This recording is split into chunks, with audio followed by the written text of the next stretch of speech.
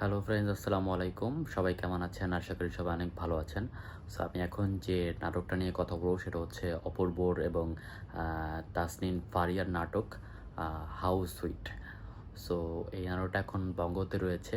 25 টাকা দিয়ে এই নাটকটা আপনাদেরকে দেখতে হবে। শুরুতে আমি যখন নাটকটা দেখি তার আগে ভাবতে পারি নাই যে আসলে নাটকটা এতটা সুন্দর হতে যাচ্ছে বা এতটা সুন্দর হবে।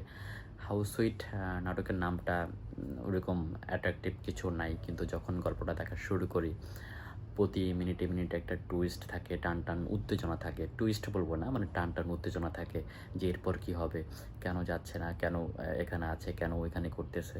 সো গল্পটা আমি মনে করব একটু বাস্তব কোনো গল্প না, একটু কাল্পনিক একটা গল্প। কাজল, আফরিন, অমির ডিরেকশনে এই নাটকটা হয়েছে হাউস সুইট। সো আমি বলতে চাই অপূর্বর অ্যাক্টিং ছিল জাস্ট অসাধারণ। রোমান্টিক নায়ক হিসেবে অপূর্বর মনে হয় না ধারে কাছে আর কেউ বর্তমানে রয়েছে নাটক ইন্ডাস্ট্রিতে। আমার কাছে সবচেয়ে বেশি ভালো লেগেছে এবার ঈদে যতগুলো নাটক দেখেছি তার মধ্যে হাউস সুইট বেস্ট একটা নাটক। আমি ফার্স্টে হয়তো ভাবছি যে 25 টাকাতে দেখবো বঙ্গতে, এটা হয়তো এরকম সুন্দর হবে না, কিন্তু যখন দেখা শুরু করি সত্যি অসাধারণ। প্রতি মিনিটে মিনিটে একটা টানটান উত্তেজনা ছিল।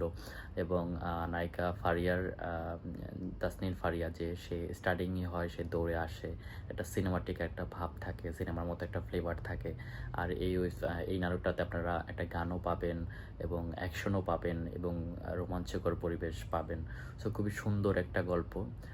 সাধারণ গল্পটাকে অনেক সুন্দরভাবে রিপ্রেজেন্ট করেছে এবং এই নাটকটার লাস্টে অসাধারণ একটা টুইস্ট আছে।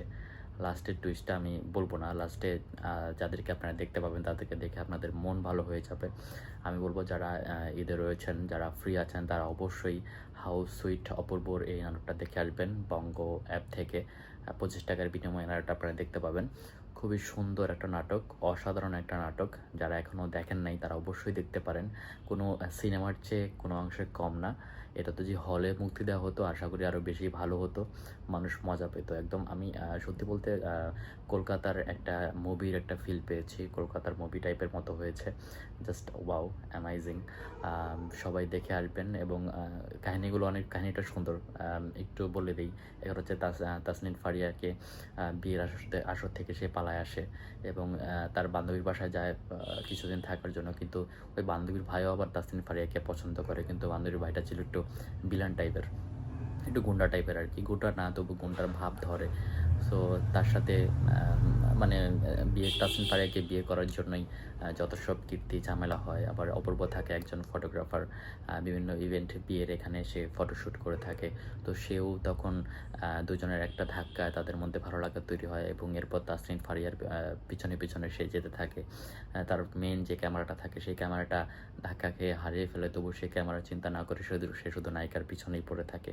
সো খুবই টুইস্ট, খুবই সুন্দর একটা গল্প। কলকাতার দেবজিতের মুভির মতো একটা ফিল পাবেন। সো যারা এখনও দেখেন নাই আশা করি দেখতে পারেন। খুবই ভালো একটা নাটক হয়েছে হাউস সুইট। অপূর্ব এবং তাসনিম ফারিয়া বেস্ট অ্যাক্টিং করেছে, অনবদ্য অ্যাক্টিং করেছে, অনেক সুন্দর।